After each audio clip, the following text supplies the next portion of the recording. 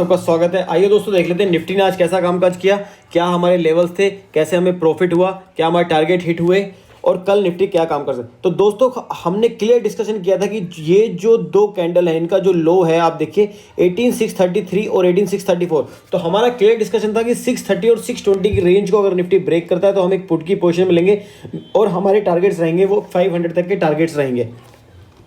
तो दोस्तों देखिए मार्केट ओपन इस कैंडल पे होता है, इसमें एक हाई बनाता है 651 का और कैंडल का जो लो होता है वो 610 का होता है और उसके बाद मार्केट इस कैंडल के ऊपर नहीं आता है।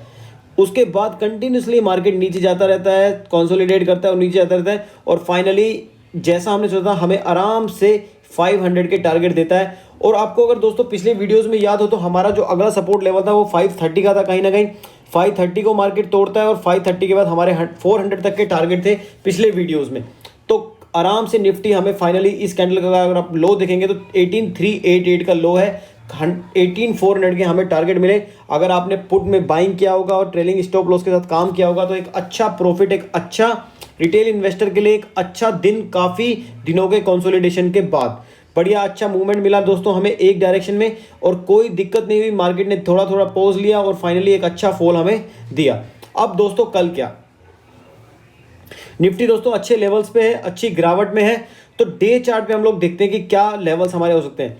तो बेसिकली दोस्तों जैसा हमने कल बात की थी कि निफ्टी एक डाउन ट्रेंड में आ रहा था और उसके बाद ये दो ग्रीन कैंडल बनाई, लेकिन जो मैंने कल डिस्कस किया था आपके साथ कि जब तक निफ्टी इस कैंडल के हाई जो कि 18664 है इसके ऊपर क्लोज नहीं देता तब तक हम नहीं मानेंगे कि निफ्टी अपना ट्रेंड चेंज कर चुका है, तब तक हम बेयरिश मोड में रहेंगे। तो फाइनली देख लीजिए दोस्तों आज निफ्टी ने एक बहुत बड़ी बेयरिश कैंडल बनाई, बेयरिश इंगल्फिंग कैंडल। और आप अगर इन तीन कैंडल को देखेंगे, ये कैंडल, ये कैंडल और ये कैंडल, तो कहीं ना कहीं ये इवनिंग स्टार का पैटर्न बन रहा है। जो कि अगर कल एक रेड कैंडल यहाँ पर एक छोटी या बड़ी रेड कैंडल बनती है तो वो कंफर्म कर देगी कि ये इवनिंग स्टार पैटर्न है और हमें फर्दर गिरावट देखने को मिलेगी। तो हमारे लेवल्स क्या हो सकते हैं। अब दोस्तों एक चीज़ क्लियर है कि अभी हमें बाइंग नहीं करनी है, बाइंग हमें ओनली इस लेवल के ऊपर ही करनी है। जब तक इस कैंडल का हाई ब्रेक नहीं होता है 680 के ऊपर ही हमें बाइंग करनी है, तब तक हम सेल ऑन राइज की पॉलिसी ही अपनाएंगे।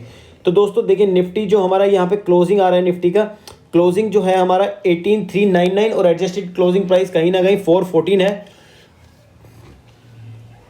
तो अब अगर निफ्टी ओपन होके अपने इस लो को 18400 को तोड़ता है तो हमारे पहले बहुत छोटे टारगेट होंगे दोस्तों। छोटे टारगेट हमारा जो ये कैंडल का जो लो है 18345 के टारगेट होंगे विद स्ट्रिक्ट स्टॉप लॉस। आप ऊपर का 430 का एक एसएल लगा लीजिए और 18345 के हमारे टारगेट होंगे। जब निफ्टी 345 को ब्रीच करता है दोस्तों तब हम एक अच्छी पोजीशन में, पुट की पोजीशन में बैठ सकते हैं और हमारे जो टारगेट्स होंगे वो थोड़े से बड़े टारगेट्स होंगे। जो हमारे टारगेट्स होंगे दोस्तों वो इन दो कैंडल का लो, इन दो कैंडल का जो लो है आप देखेंगे 18133 और 18137।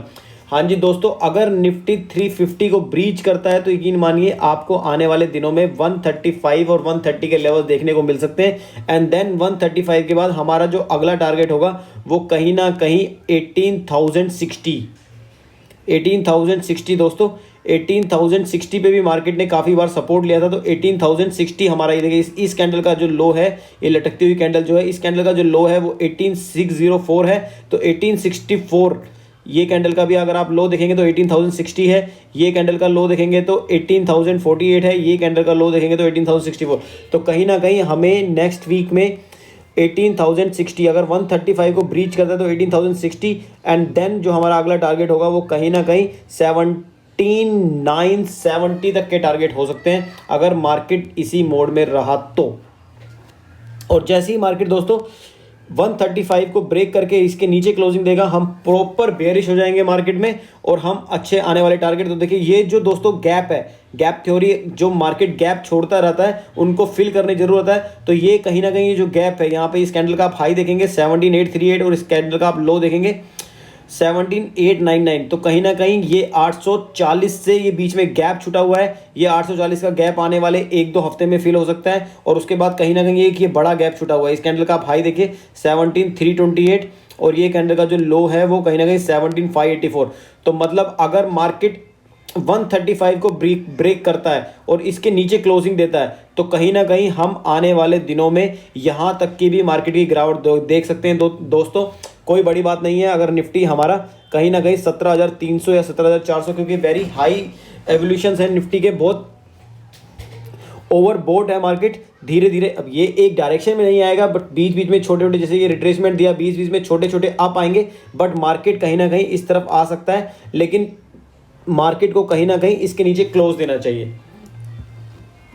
एमएससीडी की बात कर लेते हैं दोस्तों, तो देखिए कहीं ना कहीं कल ये जो दो कैंडल बनाई थी, ये कहीं ना कहीं एक ट्रैप था रिटेल इन्वेस्टर के लिए कि मार्केट फिर से ऊपर जा रहा है। ये देखिए 2 दिन एमएससीडी ग्रीन हिस्टोग्राम था, बट जो एमएससीडी क्रॉस ओवर है वो बड़ा होता जा रहा है, और आज एमएससीडी ने एक अच्छा रेड हिस्टोग्राम बनाया और वो गैप भी ऊपर है।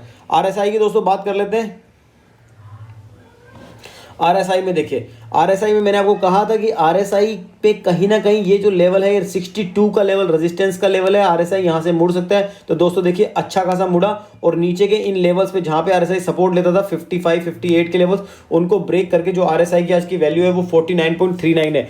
मतलब आरएसआई ने कहीं ना कहीं ऊपर से आते हुए 50 का लेवल ब्रीच किया है। जब भी दोस्तों स्टॉक हो या इंडेक्स हो, अगर आरएसआई अपनी 50 की वैल्यू को ऊपर से नीचे की तरफ ब्रेच करता है या तो वो कहीं ना कहीं बेयरिश टेरिटरी में जा रहा होता है, और अगर नीचे से ऊपर की तरफ ब्रेक करता है तो कहीं ना कहीं बुलिश टेरिटरी में जा रहा होता है। जैसे देखिए यहाँ पे देखिए, ये देखिए आरएसआई नीचे आ रहा था, ये करीब 32 का लेवल था, 32 से आरएसआई ऊपर यहाँ पर आया 41, फिर नीचे आया, और कहीं ना कहीं यहाँ पर 47 इस लेवल पे करते करते यहाँ कहीं पे आरएसआई ने 50 के लेवल को तोड़ा, और उसके बाद देखिए एक अच्छा अप मूव आरएसआई लेता गया, और फाइनली ये देखिए यहाँ तक के लेवल 75 तक आरएसआई गया। तो बेसिकली 49 के नीचे कल अगर थोड़ा सा मार्केट ऊपर जाके आरएसआई नीचे की तरफ निकलता है और 50 के नीचे मेंटेन होना स्टार्ट होता है, तो हम एक अच्छे फॉल के लिए रेडी हो जाएंगे। तो मार्केट बेयरिश मोड में कहीं ना कहीं आ जाएगा। एक चीज, एक लर्निंग और दोस्तों, अगर आप आज का विक्स देखेंगे तो विक्स हमारा करीब करीब 6% बढ़ा है। तो अगर आफ्टर ए बुलिश मार्केट, जो बुलिश मार्केट था, ये जो बुलिश मार्केट था, आफ्टर ए बुलिश मार्केट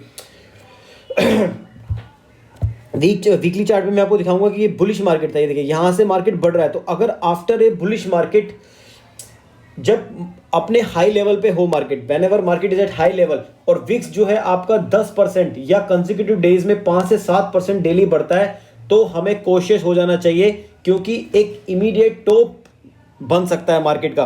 तो ये हो सकता है कि मार्केट का ये टॉप हो, जो मार्केट ने इस कैंडल का जो हाई लगाया है वो हमारा कहीं ना कहीं 1887 का ये हमारा टॉप हो, ये टॉप बन गया हो और मार्केट यहाँ से एक अच्छी करेक्शन दे दे। तो वीकली चार्ट में देखिए, ये वीकली चार्ट में यहाँ पर एक रेड कैंडल बनी, और अभी ये मस्त डोजी टाइप की कैंडल बनने जा रही है। और वीकली चार्ट पे जो हमारे अगले सपोर्ट है वो देखिए 215, और कहीं ना कहीं 215 127 ये लेवल, वही 135 के लेवल के पास का हमारा सपोर्ट मिल रहा है इस वीकली चार्ट में भी। तो दोस्तों एक चीज कोशियस, जो हमें कोशियस व्यू लेना है, एक चीज का बस हमें ध्यान रखना है कि हमारा पीसीआर थोड़ा सा ओवरसोल्ड जोन में जा चुका है। जो पीसीआर है वो मार्केट को क्या पता गिरने से थोड़ा बहुत रोक ले। मार्केट ऐसा हो सकता है कि थोड़ा सा पॉज ले, थोड़ा सा ऊपर को आए, ऊपर टाइम बिताए, पीसीआर हमारा कहीं ना कहीं थोड़ा ऊपर आए। और जैसे कि पहले 2 दिन में हुआ था, पीसीआर ओवर बोर्ड जोन में जा गया था, फिर उसके बाद मार्केट 2 दिन थोड़ा सा बढ़ा और फाइनली एक फॉल दे दिया। तो पीसीआर एक ऐसी चीज है जो अभी फाइनली मार्केट को थोड़ा सा सपोर्ट कर सकती है। बाकी टेक्निकल्स पे, चार्ट पे और ग्लोबली हम लोग नेगेटिव हैं, मार्केट बेयरिश मोड में है। तो please trade very very effectively और वेरी कॉशियसली, कहीं भी बिना सोचे समझे पैसा ना लगाएं। ये टाइम नहीं है मार्केट में इन्वेस्ट करने का। कैसे इन्वेस्ट करना है, कौन कौन से स्टॉक में इन्वेस्ट करना है, मैं आपको टाइमली बताता रहूँगा। और होपफुली मुझे लग रहा है कि आपको मेरे वीडियो से काफ़ी कुछ सीखने को मिल रहा है और काफ़ी पैसा आप इस मार्केट से बना रहे हैं। तो अगर दोस्तों आप लोगों को मेरे वीडियोस पसंद आ रहे हैं तो प्लीज़ मेरे वीडियोस को लाइक कीजिए, सब्सक्राइब कीजिए, शेयर कीजिए एंड कमेंट